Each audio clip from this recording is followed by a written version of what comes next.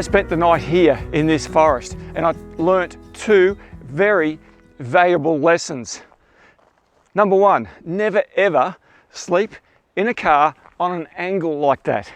I spent the whole night slipping and sliding out of my sleeping bag. I could not get comfortable. And the second lesson I learnt was to never come to Tasmania and sleep in a forest full of man-eating mosquitoes. It was absolutely, they are everywhere, all over me. In fact, so bad, I can't even open the back of the car because they just come in. They're like a swarm. I've got to get out of here. The journey continues. Let's go.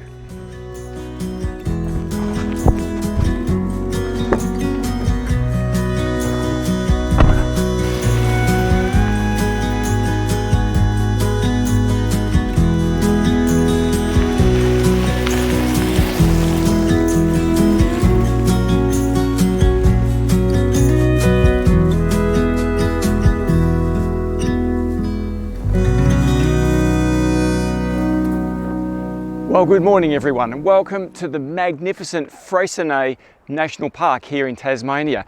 Now it's a fairly cool, bleakish morning. I don't think the weather forecast is great for today, but where I am at the moment is at the Cape Tourville Lighthouse. You can see it up there in the background, and I came here last night, or firstly I came here in the evening, and you know, the title of this video, if there was a title, would be Never, Never, Never Give up on your photography, because that's what I'm going to be talking about with the shoot that I had last night. So I'm going to show you the lighthouse up there and go through a few of the things, but oh boy, it's getting cold. It's been quite warm here in Tasmania, and that's why there's so many mosquitoes around. But at the moment it's getting very windy and blustery, so I'm not quite sure what we're going to encounter for the rest of the day, but I'm going to show you around anyway. Let's go.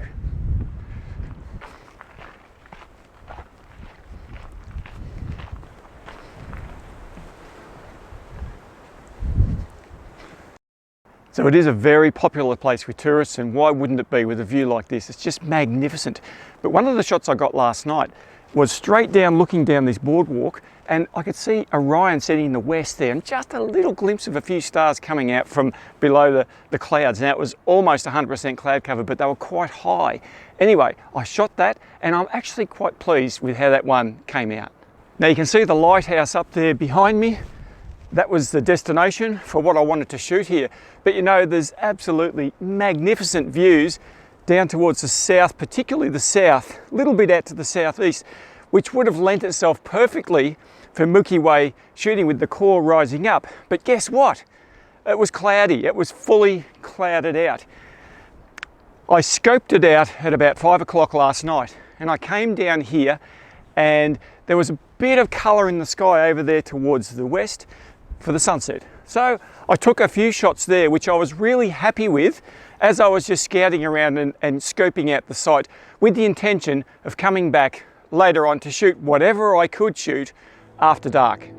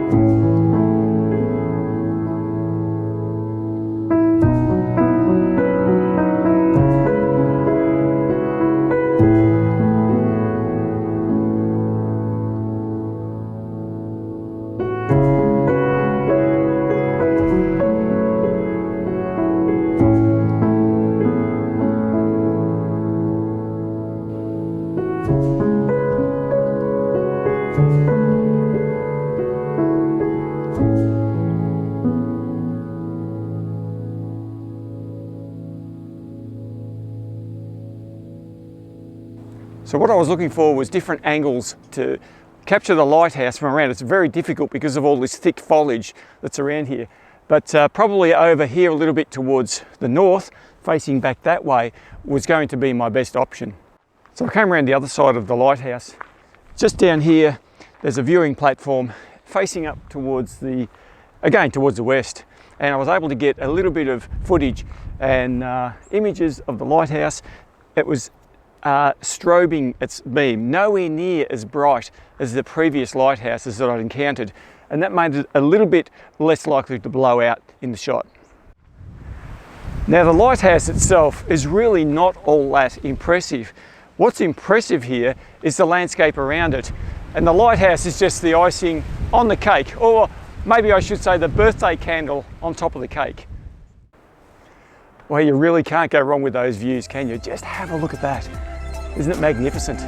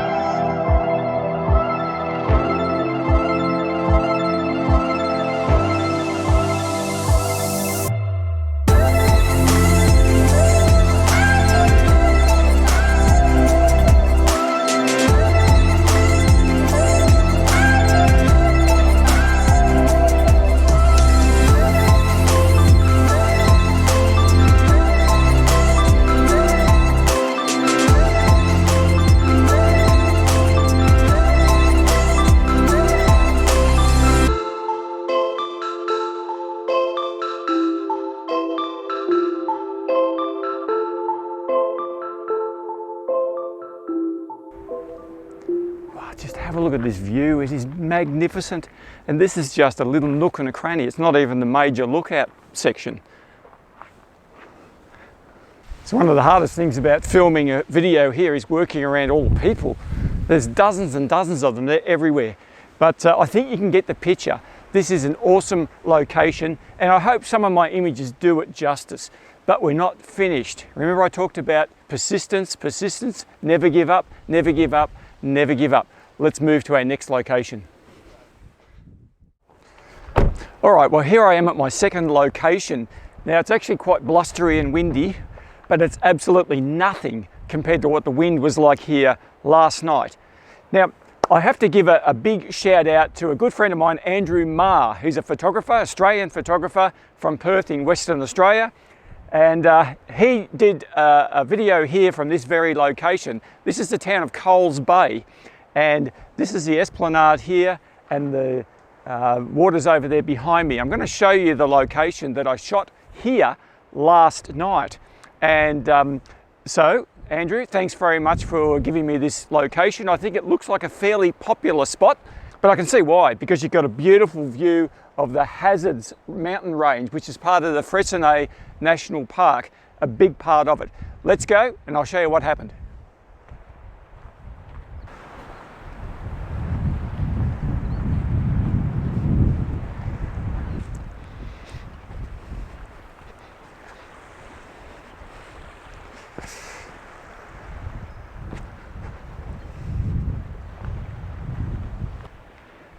Now, Andrew, I've got a confession to make. Mate, I've stolen your composition.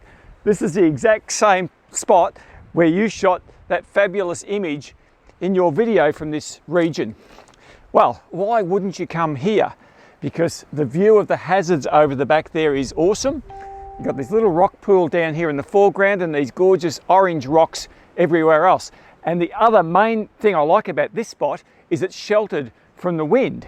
And so I can actually record my video here, and I can actually take the images here as I did last night without having too much interruption from the howling gale that was blowing here. But gee, what a beautiful view across there. Now, so far in this journey around Tasmania, I've really only had one night where it's been absolutely clear. And that's when I was at Binalong Bay and along the ocean there, and it was just magnificent. So last night, once again, I was battling cloud cover, and it was about 90, probably about 98%, but it was quite high cloud. So I thought to myself, look, I'm going to shoot something here anyway, because it is such a gorgeous location. And so, as I said, I set my camera up here, shooting this way. Now, the only way that I can capture the whole of that Hazards mountain range is by using a panorama technique, because I was shooting with my Nikon Z6 and the 20mm f1.8 lens, and at 20mm I can't capture the whole mountain range in one shot. So that's what I decided to do. And because of the lack of stars, then my aim was to just capture the ambience of the place, but put a lot of emphasis on these foreground rocks. So I did that by capturing the panels in a vertical orientation. So I started about here and went right around to the edge of that pier down there, just near where that boat is. And that was fine, shooting, exposing and focusing at infinity. Now, I was able to get some detail out of those mountains. That is quite amazing when you start pushing the camera exposures, and I've been doing that pretty much every night because of the cloud cover, and I can still get detail out of those mountains over there, which is just fantastic because there's no ambient light, a little bit of light coming off the town over here, but hardly any, no moonlight, and thick cloud cover. Now, that was great. So I can't remember how many rows, maybe about 8 or 9, maybe 10 around. And the foreground was included in that. But what I decided to do was a focus stack because I'm an infinity, remember, and at f1.8, there isn't very much of this foreground in focus. So what I then decided to do was shoot exactly the same composition again, but focus on the foreground here and do a little bit of light painting because I wanted to really emphasize this foreground. Now, it took a little bit of practice because I changed my settings for the foreground just a little bit because I didn't want to blow out the sky and everything else. The sky was quite irrelevant, to be honest. But this is a great composition. Thank you, Andrew. So as you can see, the texture in these rocks is magnificent. It's not just the color, but it's the shape and the I don't know, just the way that they're formed. I'm not a geologist, so I don't know anything about rocks, but it's not like anything I've seen back home, that's for sure. So when light painting subjects like this, they've got so many nooks and crannies, it's really important to try and maintain the shadow detail in those nooks. Because if I was to light this from front on, from the camera angle, then I would lose that. It'd blow out those shadow details. It would look a bit more like a deer in the headlights. So what I'm doing is lighting from the side. So the camera just over there, I'm getting over here and over there and lighting, and as I would classify it as cross lighting. So that gives detail on both sides of the rock, but it also gives me the option to be able to just smooth out these areas that are a little bit overexposed. Perhaps there could be a few that are, because when you're light painting, it's very difficult to get it exactly right every time. And so sometimes it is often a little bit of trial and error. So that's what I did, but I made sure the focus was good on this foreground here, and the intention there is to blend in that foreground with the background, two separate panoramas with exactly the same composition. So after that, I came over here to this spot here, shooting down that way. Now the reason I did that was because there was this really nice glow from a distant town down the coastline there, and there was a few stars. Look, I'm clutching at straws here because it was pretty overcast, but that glow just lit the clouds up really nicely, and I was able to get the edge of the coastline here, but the detail in these rocks here. So once again, I was shooting pretty much wide open because I wanted to maintain shorter shutter speeds in this case and get that cloud detail. And look, I think that one looks pretty good as well.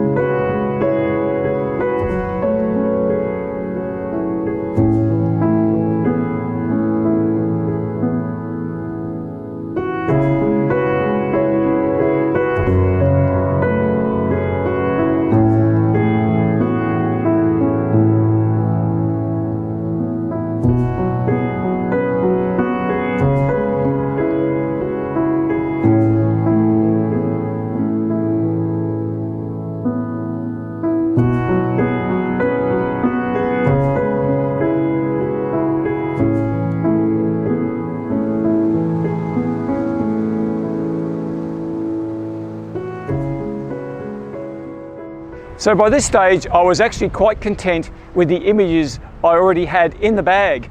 Now, it was not getting any better as far as cloud cover, so I decided to call it quits for the night. So I went back to my campsite, which is about 20-minute drive away from here.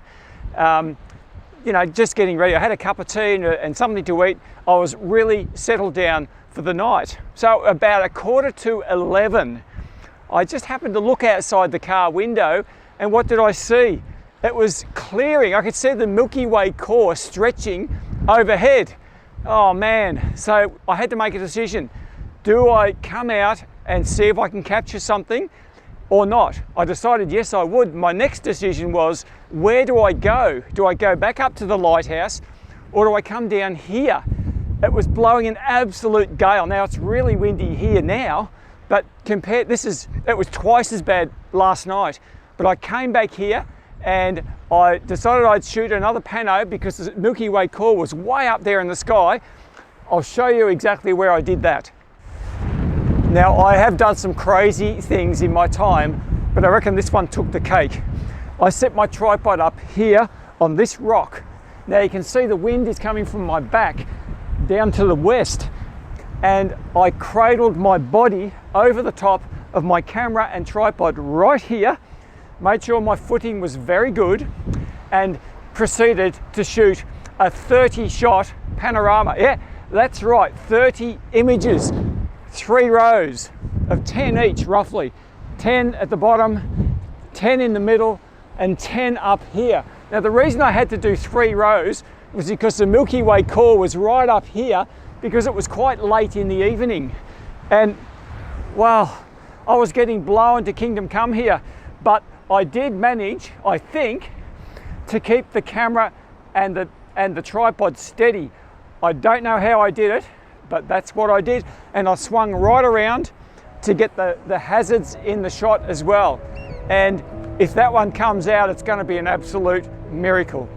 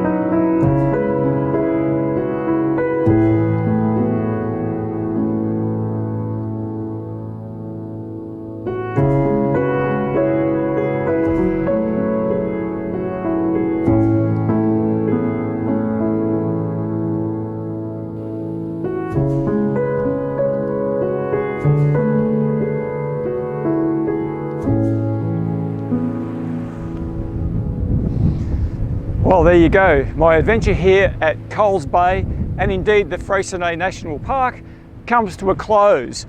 It is a magnificent part of Tasmania, and if you find yourself anywhere in this district, you've just got to come and have a look. There's walking tracks and all sorts of scenic views. It's a beautiful place to come and visit. Now, if you come, try and time it so it's not as windy as it is right now, because it's quite horrific. I can only imagine what it's like on top of one of those mountains over there. And thank again, Andrew Marr, for your suggestion to come here to this spot. Andrew, I really do appreciate that. And by the way, if you want to follow a great Australian landscape photographer, Andrew Marr is right up there. In fact, I reckon Andrew is the premier landscape photographer here in Australia. So have a look at his channel. He has some fantastic work on there. Really, really top notch. Thanks again for watching. I do really appreciate you taking the time to come here on my Tasmania adventure. Look, I'm continuing it. I don't know where I'm going to be next because I'm chasing the weather, to be honest. And I want somewhere where there's not so much wind. Goodness me, I don't know what's happening around the place at the moment. Anyway, look, if you'd like to subscribe to the channel, I would be delighted to have you on board. Otherwise, you take care, have a fantastic week, and I'll see you next time.